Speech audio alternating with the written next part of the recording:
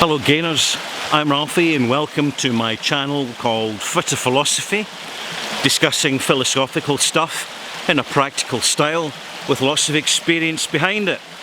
And I want to talk about one of my singular specific experiences which I had many years ago, and it is because I was a young child at the time, no more than 7 years old, that I've always been very open-minded about the existence of unidentified flying objects and other phenomenon or similar phenomenon, because when we're children we're open-minded.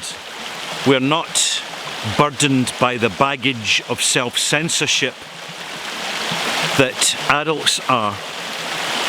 And I was basically a young kid, 7 years old, on holiday with the family, and we were walking down a riverside path. Very pleasant, very attractive, on our way to the beach. And my brother ran ahead, my little brother, so my parents kind of ran on to catch up with him because he was the less responsible one, still is. And I kind of fell behind because I was just fascinated by the flow of the river, the sound of the river, everything about it. Just rather like this river here. There's something magical about water, something significant that grown-ups tend to censor out, but young children are much more aware of, which is probably why they go splashing in puddles and paddling in rivers and throwing stones in rivers, all these sorts of wonderful things. And suddenly the atmosphere around me changed. I felt completely on my own in the environment without anybody else being there, and a small spherical sphere. It was glowing with tiny minuscule sparks emanating from it, completely silent, floated down the middle of the river slowly, suspended 2 feet off the water. So it was floating above the water. It just was drifting literally with the speed of the river flow. And it seemed to shimmer like a pearl. And I wasn't particularly frightened, I was just fascinated, and I just stood and stared at it. And it travelled a bit further down the river, about 10 metres in front of me, and then stopped. And then it drifted back, rising slightly as it came to a point where it was level with me and about 6 to 8 feet above my head height. And I just felt that I was being communicated with in a way that I couldn't possibly understand. It's almost like some presence was just acknowledging this curious little humanoid child before it rapidly headed back down, following the river, and disappeared. Completely disappeared. It's almost as if it was, as it was fading away down the river, it was fading away from sight. And I've never forgotten that.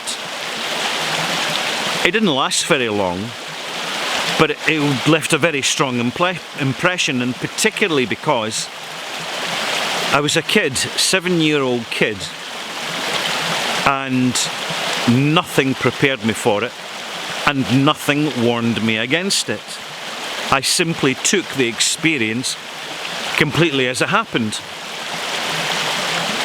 So,